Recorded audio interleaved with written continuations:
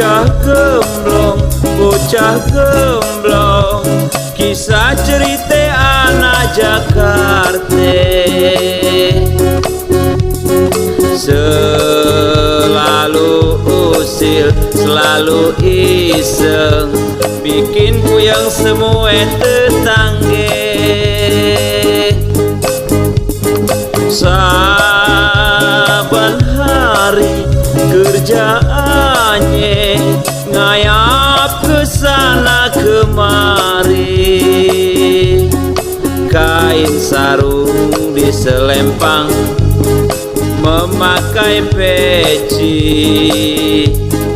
ketapel melingkar di